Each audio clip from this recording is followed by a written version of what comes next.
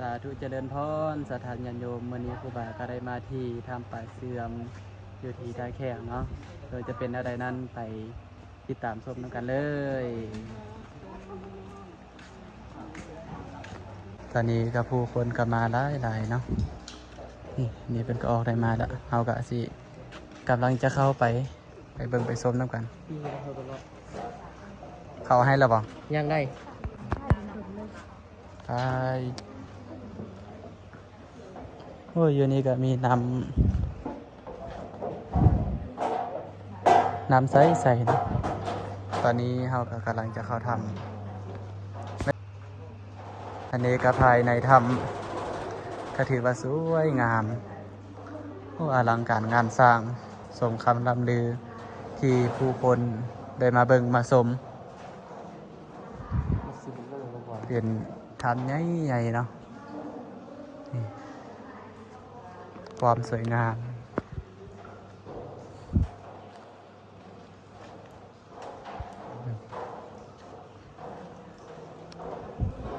โอ้น้ำอยู่ในกระใสเนาะ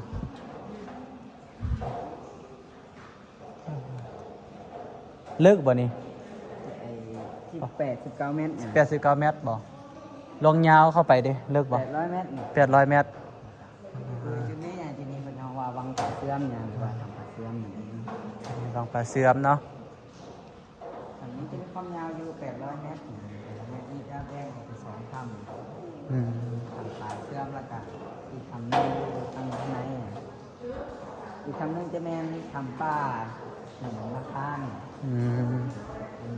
ป่าหิมพานต์อีกถ้ำหนึ่งเนาะ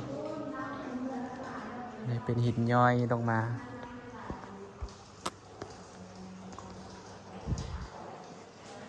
อย่างนี้ก็เป็นคือก้อนหินก้อนเป็นเสาขึ้นมา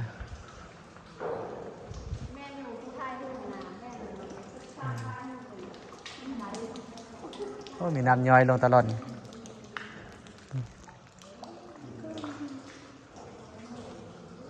เจนี่ก็ถ่ายรูปนะระวังหัวเด้อ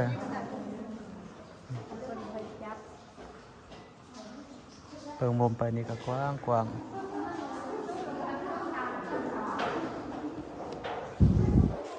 อันนี้ก็เป็นหินย้อยกำลังลงมาออกมาจากถ่ายรูปอ่ะนะ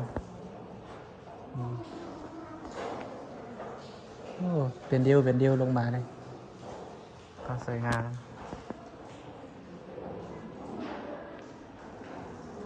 ขาวการงานสร้างเห็นอยู่ปะล่ะนะอันนี้แฟดเลยโอ้อันนี้เป็นพงอันนี้ของพงยังนี่เป็นทำเข้าไปเนาะเป็นทำนั้นมีซอสประมาณนี้รอดเข้าไปได้เนาะแต่พวกนี้พอได้รอดไปลงไปดำปะ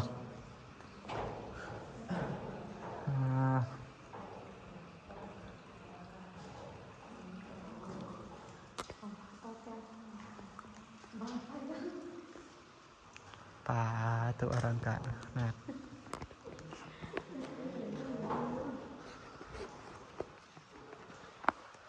ดอกไฟนี่เขา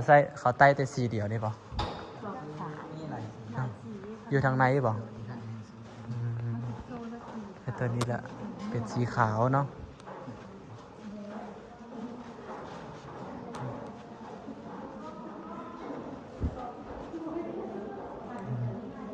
ถ้าสีล่องเรือเขาก็ยังได้ด้วยเนาะ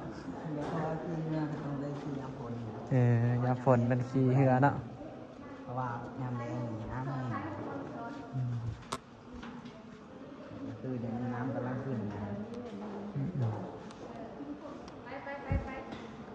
สามารถเข้ามาชมได้ขอไปก่อนซะเอาบาทกับมาอยู่นั่นแหละบาทบาท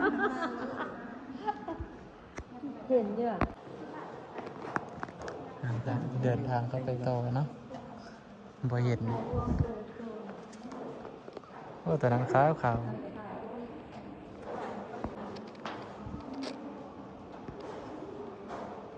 ตอนนี้เฮากำลังจะย่างเข้าไปทางใน ซึ่งมีความยาวถึง800 เมตรอันนี้ในช่องที่ได้ชอบทดลองเป็น อืม ทางการ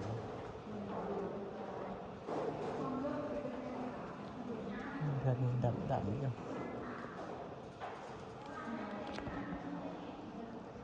คือจุดนี้อย่างจุดนี้พระเจ้ามาประสานหินย้อย เป็นโพรงใหญ่เลยนะนี่เนาะปราสาทหินย้อย คือพิเศษจะพิเศษนะครับเพราะว่าทางเข้ามาเนี่ยจะน้อยแต่ว่าเข้ามาเนี่ยมันใหญ่ขึ้นใหญ่ขึ้น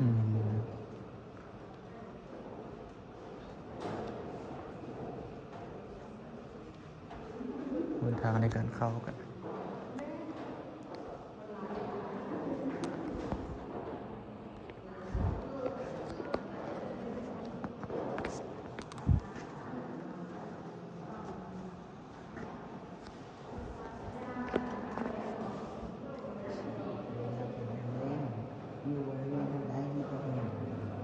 แห้งเบิดเลยบ่ทางลุง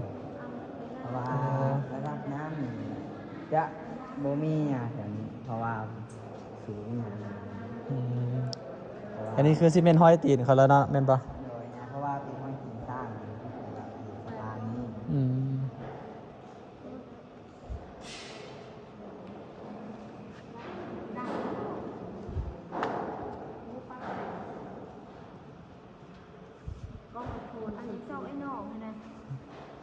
ถ่ายรูปอยู่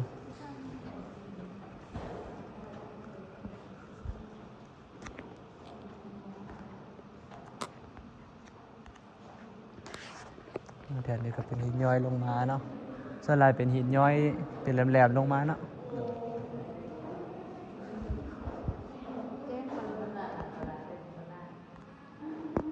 น้องสายลูกสางสาย ให้ไกด์เพิ่นถ่ายเพิ่นอืม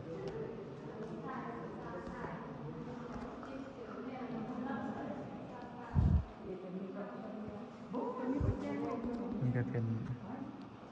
หินย้อยลงมา เดี๋ยวพาไปเบิ่งไปชมทางในอีกเนาะอันนี้ก็เป็นหินเนาะก็ถือว่าสวยงามมีทำพญานาคได้บอกอันนี้ทำพญานาคมีใช้พญานาค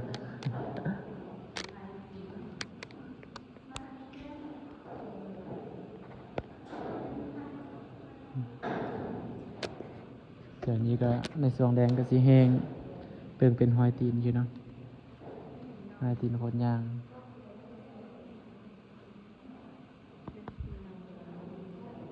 แห่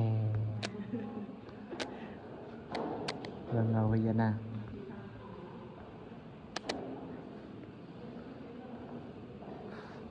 คนก็เป็นทางใน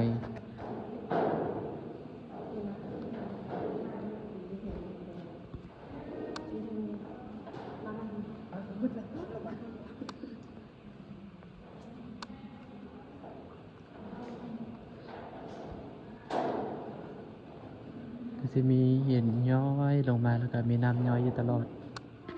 อยู่ภายในนี้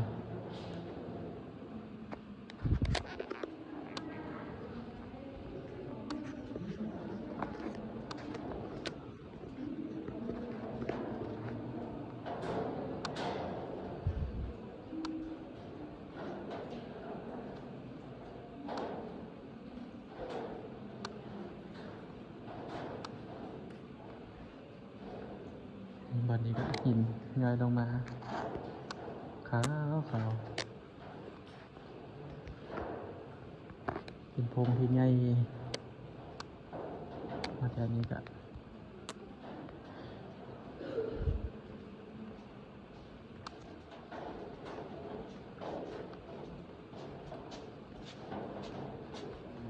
ส่วนชุดนี้อย่างชุดนี้เป็นห้องว่าเป็นบังเทวดาเนี่ย เทวดา ตรงนี้ตอนนี้เป็นห้องว่าเสาเทียนว่าต้นเทียนนั่นเอง ก็คือมาวันนี้พอดีได้ครึ่งหนึ่งแล้วเนี่ยก็คือมาวันนี้ก็ได้400 เมตรแล้วก็คืออยู่บ่อนี้อยู่วันนี้ก็จะว่าเป็นบ่อนขอพรว่าที่บูชานั่นเอง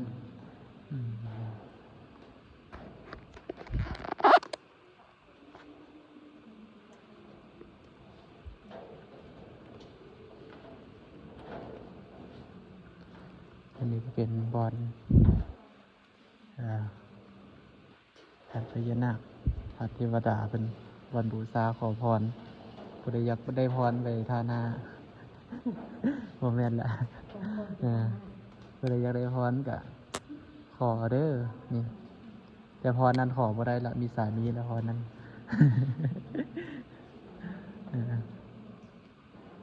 คืออยู่วันนี้วันนี้ก็จะเอามาปิดดอกไม้ของเพิ่นดอกไม้ของเทวดานี้มีทั้งนี้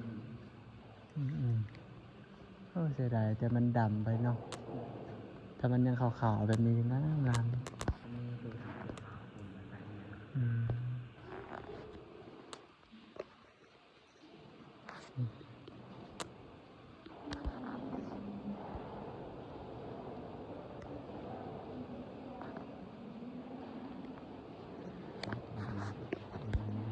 เนี่ยถ่ายคลิป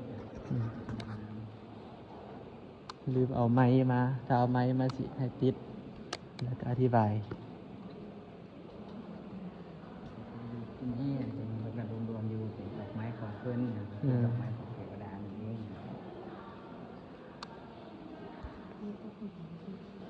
งามไปเป็นนี้จะเป็นดอกไม้นะขาวงามเลยบัวาอยู่ในกองสิเป็นอะไรแต่ตัวจริงนี่งามไหลนี่ก็เป็นพงใหญ่ๆในช่วงนี้เราก็เดินทางมาได้ครึ่งหนึ่งแล้ว ส่วนนี้ก็จะว่าเป็นพญาช้างสามหัวจะมีส่วนหัวเนี่ยคล้ายๆกับช้าง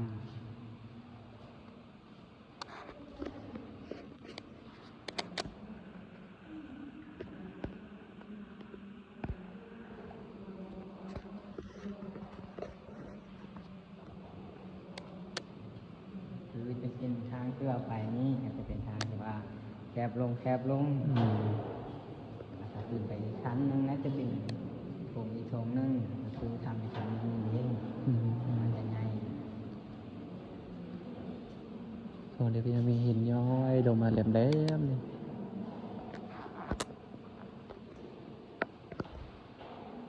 ก็คือแต่ว่าน้ำใสนะแต่ว่าป่า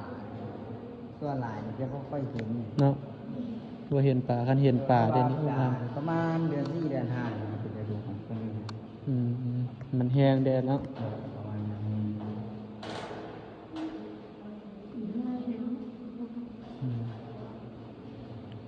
เพราะว่าเดี๋ยวนี้ป่าส่วนหลาย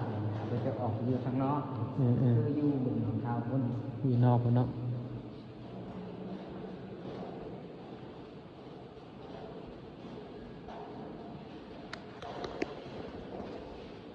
ไปทำงานโอ้มีน้ำตัวนี้เนาะ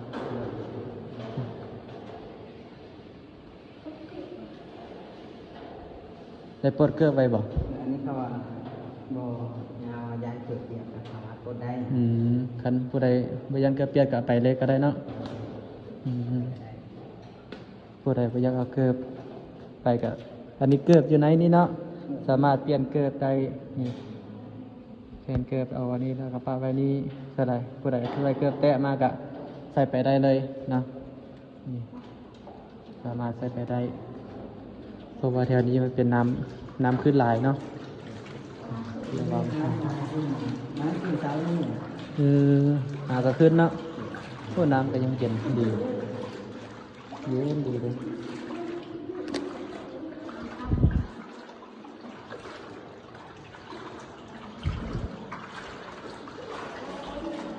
ตรงนี้ก็ยังแคบๆเนาะ ก็คือจะแก้แต่ช่วงนี้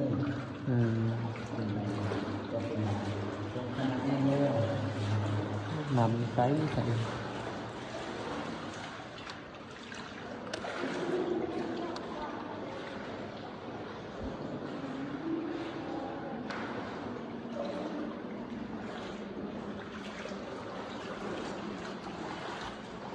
ตัวนี้ก็จะได้กลมแดงนะ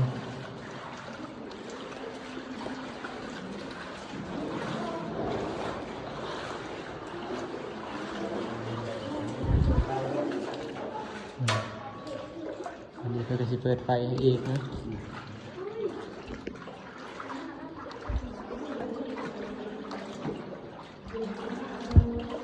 นี้ก็ขึ้นไปอีกชั้นหนึ่ง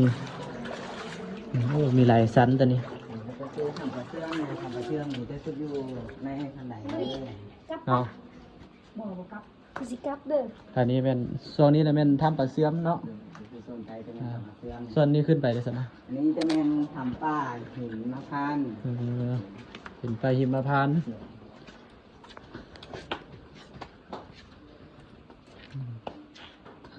ปลาหิมพานต์นี่มันต้องมีสัตว์ก็สัตว์ปลาหิมพานต์ก็เนาะเป็นหินเนาะสิว่ามีเป็นหูเป็นห้าง มีปลาอานนท์บ่มีสัตว์ต่างๆ ถ้าอยู่ในเรื่อง แต่อันนี้ก็จะเป็นหิน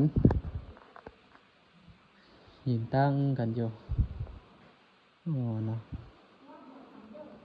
ก็ถือว่าธรรมศาสตร์เป็นไทยแต่ขึ้นก็สิเกิดจากหินย้อยขึ้นมานี่แหล้วเนาะมันก็ค่อยสะสมขึ้นมาต่างเรียนกัน สูงขึ้น ต้องใช้เวลาดู เกิดไปได้ครั้ง การเวลาของมัน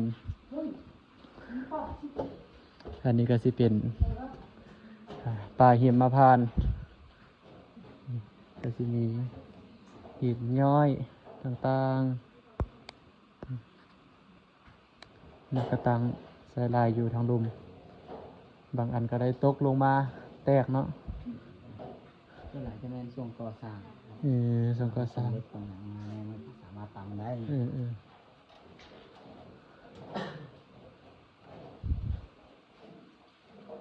ต่อขงอลังการ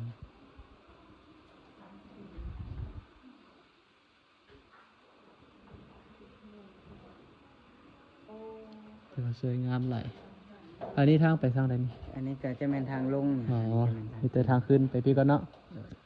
เดี๋ยวไปเบิ่งทางพี่เลย เพราะว่าทำนี่ก็มาเป็นทางสุดท้ายแล้วเนี่ยเวลาจะได้อย่างอ้อมแล้วก็กลับทางเก่าเลย เป็นโพงสุดท้ายเนาะ ลืมเอาไม้มา เห็นจะบอก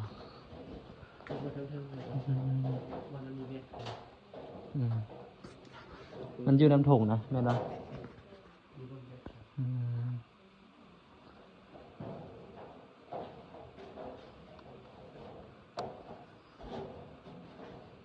เอาเสียงสดเอามือนี้ไว้ข้างหน้าค่อยมาถ่ายลง บอกว่าสิเป็นอะไรเนาะเสียงจะได้ยินชัดเจนบ่ เสียงชุดนี้นะเสียงชุดนี้เขาจะห้องว่าเป็นกระดูกสันหลังของพญานาค กระดูกสันหลังเนาะเป็นพลานหินยาวไปคนใดในช่วงนี้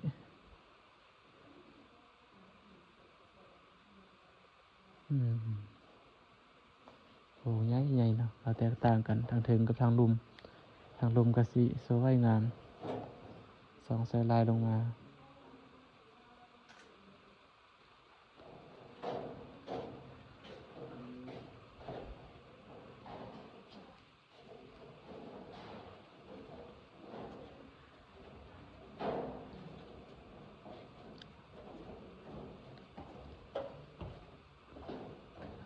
ก้อนหินเยอะเลย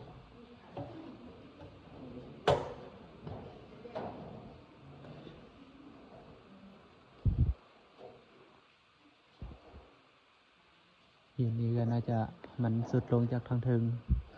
รวมกองอยู่ทางลุม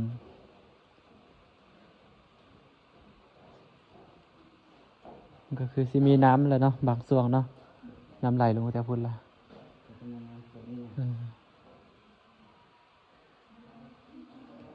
โอ้โดดมาไกลสิมีลงมาแล้วเนาะพวกนี้เนาะหินย่อยกำลังจะเกิดโตขึ้นมา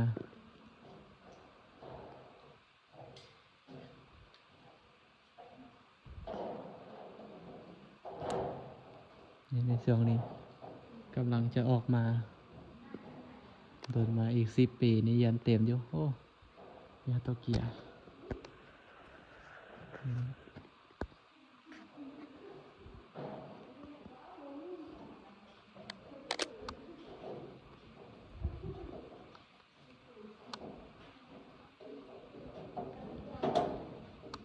อันนี้จะเป็นโพรงเลย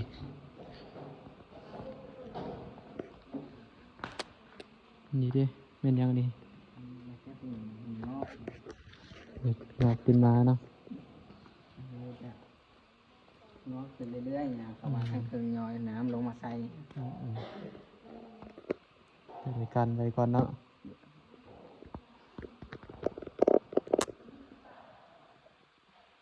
เดิม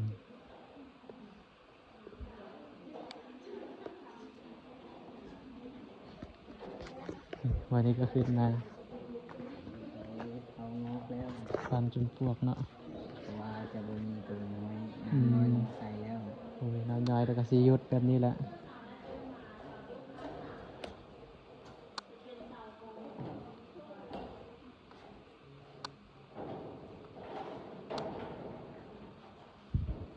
โอ้ขาวงามดีเลยก็มีน้ำไหลอยู่ตลอดเนาะสมพอเป็นจังขาว มีน้ำใหญ่ไหลอยู่ตลอด อืม เพราะว่าเป็นช่วงฤดูฝนน้ำก็จะไหลลงไปนี่ น้ำไหลออกมา แต่ก็คือเสานี้จะมีน้ำรอเลี้ยงอยู่ตลอด อืม เลยเสาน้ำแต่ว่าปกติจะมีอยู่2 เสานะแต่ว่าเสามันเยอะไม่ได้ อืม เราเกิดเป็นเสามาแทน เนาะ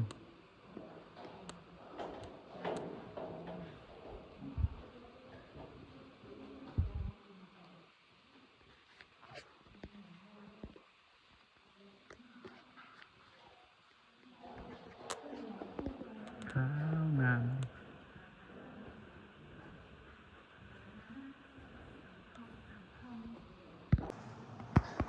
ส่วนนี้ก็ถือว่าเป็นห้องโถงที่ใหญ่เนาะแล้วก็สวยงามส่วนนี้เป็นดอกไม้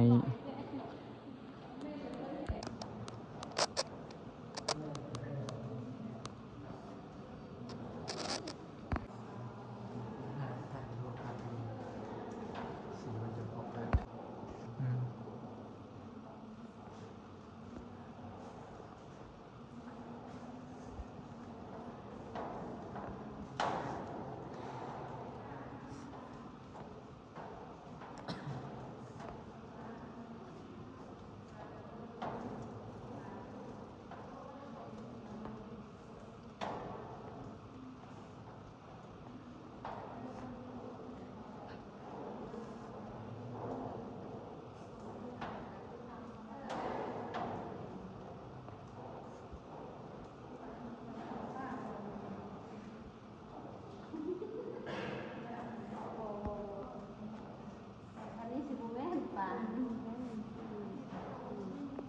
ยังใช่ปะ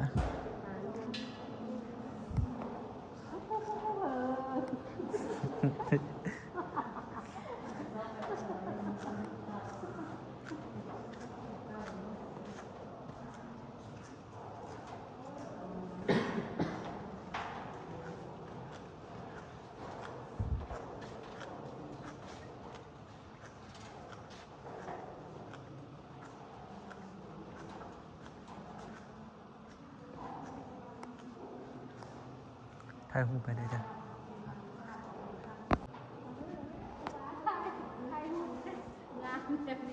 อืม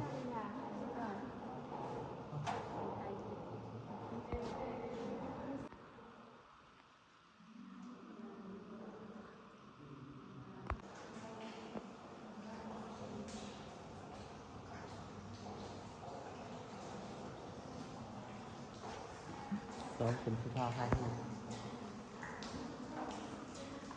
เป็นว่าตั้งหน้าต่ำไว้ไว้ให้คนจับจับลูกดีกว่าจับว่าลูกเป็นหัวน้ำตะคริบเหยียดนี่ยังจับว่าลูกเป็นหัวน้ำตะคริบลูกใส่ละเอียดนะ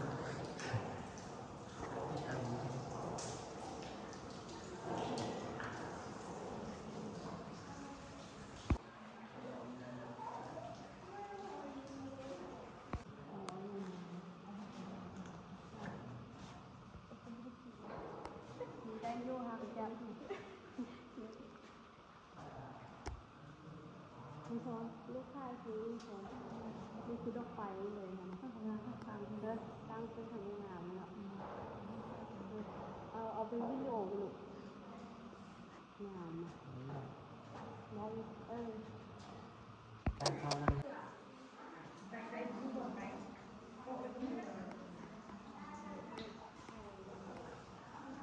งามเลย